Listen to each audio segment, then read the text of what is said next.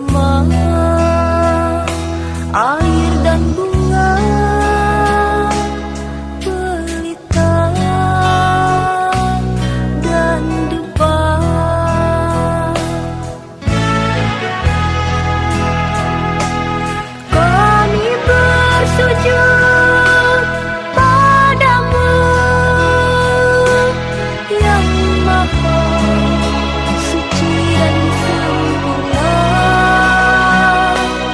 Kami berdoa duduk bernama sekarang, mohon perlindungannya.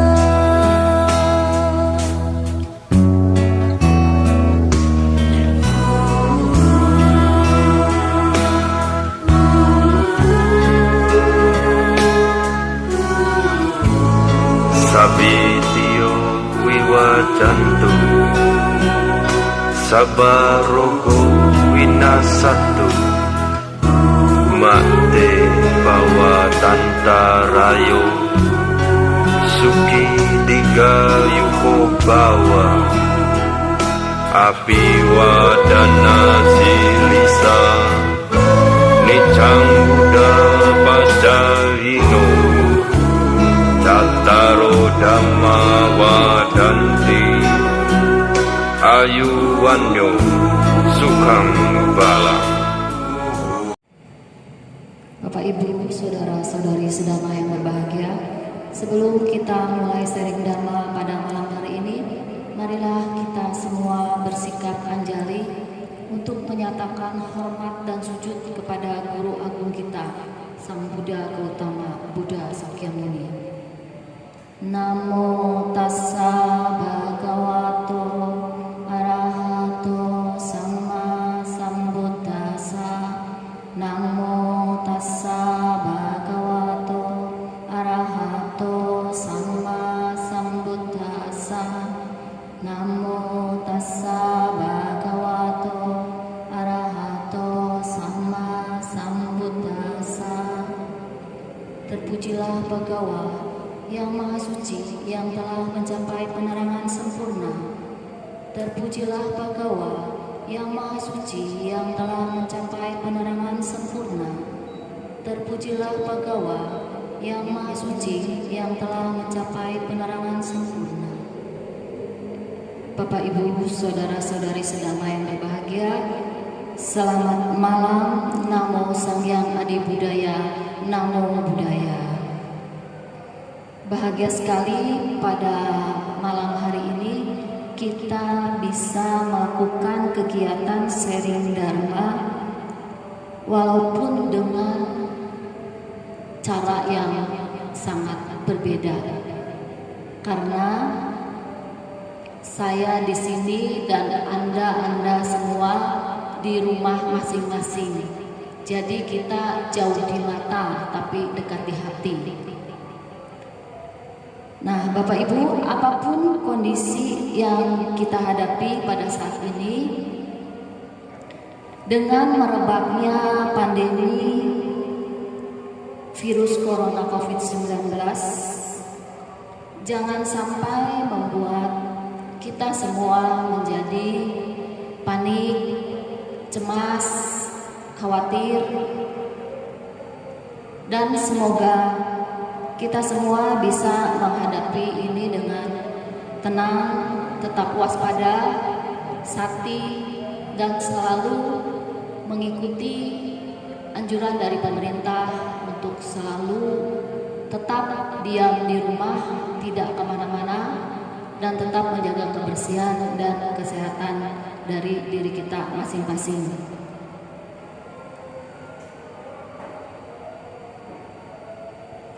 Nah, pada kesempatan berbahagia ini saya ingin membawakan satu sharing Dhamma tentang kunci kebahagiaan.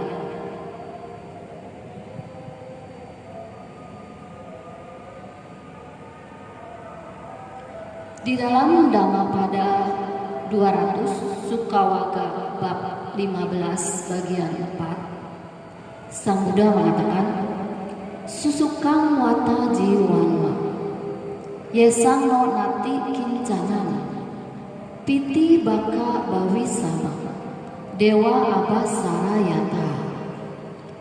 Sungguh bahagia hidup ini apabila sudah tidak terikat lagi oleh rasa ingin memiliki. Kita akan hidup bahagia bagaikan dewa-dewa di alam yang cemerlang, alam abasara. Dapat kita renungkan sabda Sang Buddha yang ada di Dhammapada 200 ini tentang kebahagiaan. Semua manusia terlahir di bumi ini tentu mempunyai tujuan hidup. Tujuan hidup dari kita semua manusia adalah menuju kebahagiaan. Tidak ada satupun manusia yang hidupnya tidak ingin bahagia. Binatang sekalipun hidupnya ingin bahagia. Makhluk-makhluk yang terlihat maupun yang tidak terlihat juga menginginkan kehidupan yang bahagia. Nah, dari sini kita bisa lihat apa sih definisi bahagia tersebut. Kita lihat dulu, apakah bahagia itu? Banyak orang yang berpendapat ia akan bahagia jika sudah kaya dan banyak uang. Jadi, kalau kaya dan banyak uang berarti kita akan bahagia. Benarkah demikian? Kalau memang benar demikian, mengapa ada orang yang kaya dan banyak uang ternyata mengakhiri hidupnya dengan bunuh diri? Contohnya, konglomerat yang mati bunuh diri. Adolf Hitler, konglomerat Jerman, mati bunuh diri. Boris Jorekovsky, konglomerat Rusia, juga mati gantung diri. Ada juga konglomerat dari Indonesia, Bostex Mako, Marimutu Mani Maren, mati bunuh diri dengan cara melompat dari lantai 56 Hotel Aston pada tanggal 5 Agustus 2003. Nah, apakah benar demikian? Dengan kaya dan banyak uang kita akan bahagia. Nah, ada juga orang yang berpendapat bahwa ia akan bahagia setelah menjadi orang yang terkenal.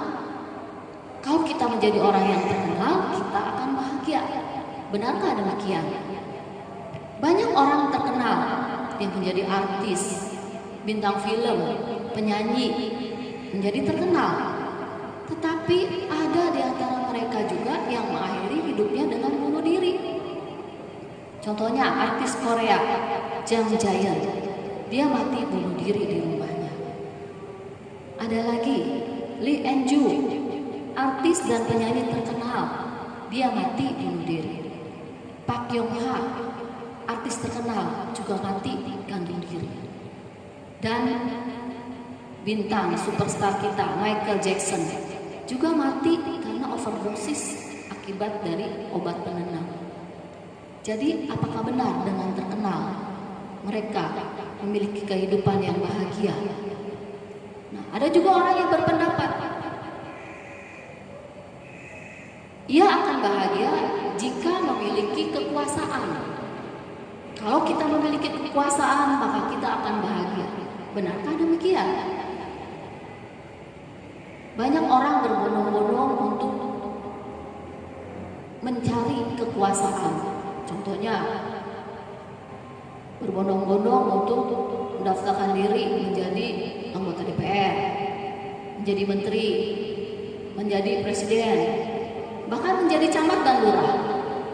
Karena akan merasa bahagia jika memiliki kekuasaan. Tapi benarkah demikian?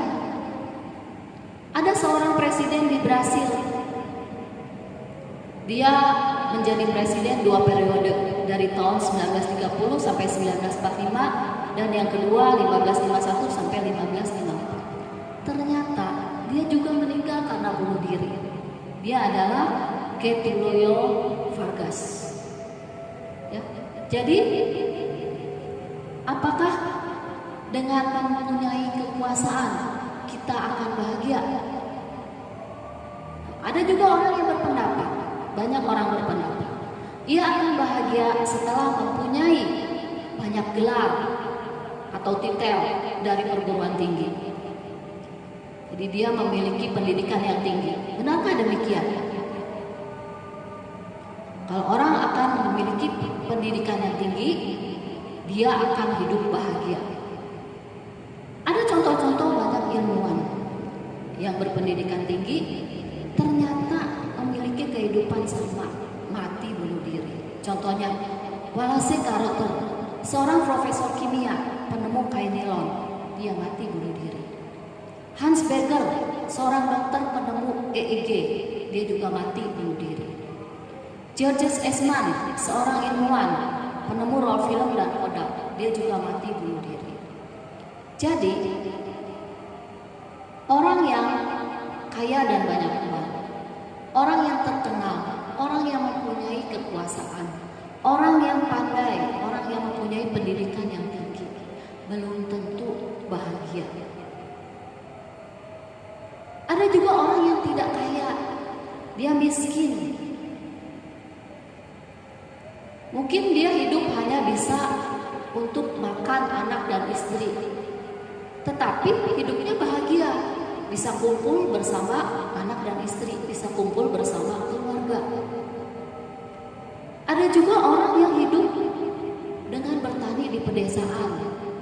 Dia tidak terkenal, dia tidak mengenal keramaian seperti mall, tapi dia bisa bahagia dengan hidupnya. Dia bisa melewati hari-harinya berkumpul dengan keluarga dengan makan yang sederhana, tetapi mempunyai kebahagiaan. Setiap orang memiliki definisi kebahagiaan yang berbeda-beda. Nah, di sini mengapa orang tidak bahagia? Ada faktor-faktor yang menentukan mengapa orang tidak bahagia. Yang pertama, terbiasa berharap dan meminta atau mendapat. Yang kedua, meletakkan kebahagiaan di masa depan. Yang ketiga, tidak bisa menerima perubahan atau kenyataan. Dan yang keempat, terlalu banyak keinginan. Itulah 4 faktor yang membuat seseorang tidak bahagia. Mari kita lihat satu persatu. Yang pertama, terbiasa berharap dan meminta atau mendapat. Seorang bayi yang lapar, dia menderita. Dia akan menangis, kemudian dia akan diberi susu oleh ibunya. Dia mendapat, dia bahagia. Karena mendapat, dia bahagia. Kemudian setelah agak besar, umur balita 1-3 tahun, juga di sini kita terbiasa dengan mendapat. Anak-anak biasanya mencari, berharap perhatian dari orang tuanya, maka banyak dia lakukan dengan lari sana lari sini, tidak mau diam, teriak-teriak atau apapun itu. Dia berharap mendapat perhatian dari orang tuanya. Nah, kalau dia sudah melakukan itu, maka orang tua akan memberi perhatian kepada dia. Maka dia bahagia karena mendapat perhatian. Anak-anak yang sudah mulai remaja ingin mendapat gebetan, ingin mendapat pasangan, mencari-cari pasangan. Nah, kalau dia sudah mendapat, maka dia akan bahagia. Orang yang sudah dewasa, sudah mahasiswa, tentunya mempunyai harapan, mempunyai keinginan, ingin mendapat pasangan hidup, ingin mendapat pacar. Dan kalau dia sudah mendapat, maka dia akan berbahagia. Jadi di sini terbiasa dengan punya harapan, kemudian meminta dan mendapat. Jadi dia di sini merasa bahagia karena mendapat. Kalau tidak mendapat, tidak bahagia. Kalau tidak mendapat, menderita. Kalaupun mendapat, itu hanya sementara bahagianya. Nah, itu yang pertama, mengapa orang tidak bahagia. Sebenarnya bahagia itu bisa kita dapatkan dengan cara memberi. Ada satu cerita dari seorang teman bahwa satu ketika dia mengantar istri berbelanja di suatu supermarket. Waktu mengantri di kasir, di depan si istri ini ada seorang nenek-nenek yang sedang membeli makanan dan obat-obatan. Kemudian tidak cukup untuk membayar barang tersebut, sehingga nenek-nenek itu mengurangi belanjaannya karena uangnya tidak cukup. Nah, teman saya punya istri ini, dia langsung spontan memberikan uangnya, membayar kepada barang yang tidak diambil nenek tersebut untuk diberikan kepada si nenek tersebut. Jadi secara spontan dia langsung, ya udah nih, nenek bawa pulang saja, nanti saya yang bayar. Oh, terima kasih Nek, terima kasih. Nah, di situ dia memberi, dan dia mendapatkan satu kebahagiaan. Setelah dia keluar dari supermarket tersebut, dia bercerita kepada suaminya di mobil, aku bahagia loh, aku habis memberikan seorang nenek-nenek yang kekurangan uang untuk membeli obat dan makanan. Wajahnya bahagia, berseri. Nah, kemudian mereka pulang. Belum sampai di rumah, masih di perjalanan, diulang lagi itu cerita. Karena bahagianya memberi, tidak hilang-hilang. Sesampai di rumah, diceritain lagi kebahagiaan dari memberi tersebut. Jadi di sini jelas bahwa dengan memberi kita akan memperoleh kebahagiaan.